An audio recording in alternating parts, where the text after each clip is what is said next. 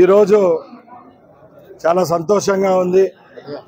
రాయచోటి పుర పెద్దలు, మైనార్టీ సోదరులు, అలాగే కమిటీ సభ్యులు రాయచోటికి దక్కిన గౌరవాన్ని పురస్కరించుకొని నన్ను ఒక ఎమ్మెల్యేగా, మంత్రిగా చూసిన వాళ్ళు ఈరోజు ఎంతో సంతోషంగా ఇక్కడికి పిలిచి సన్మానం చేయడం జరిగింది.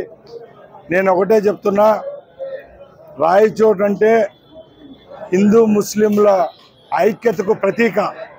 అది కాపాడేదానికి శక్తి వంచన లేకుండా కృషి చేస్తా.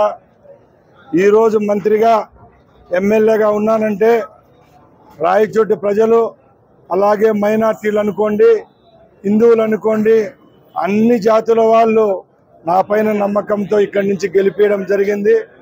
వాళ్ళు పెట్టిన నమ్మకాన్ని ఒమ్ము చేయకుండా ఏదైతే బాధ్యతలు నాకున్నాయో తప్పకుండా నిర్వర్తించి మా నియోజకవర్గంలో ఏ సమస్య ఉన్నా కూడా నా దృష్టికి తీసుకొని వస్తే మా ప్రజలకు అన్ని విధాల న్యాయం చేస్తానని మీ అందరి ముందు నేను తెలియజేసుకుంటున్నా.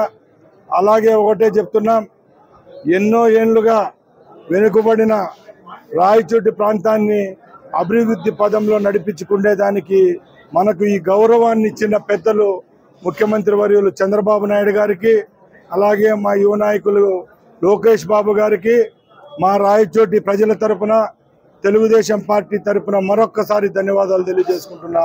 జై హింద్, జై తెలుగుదేశం, జై చంద్రబాబు.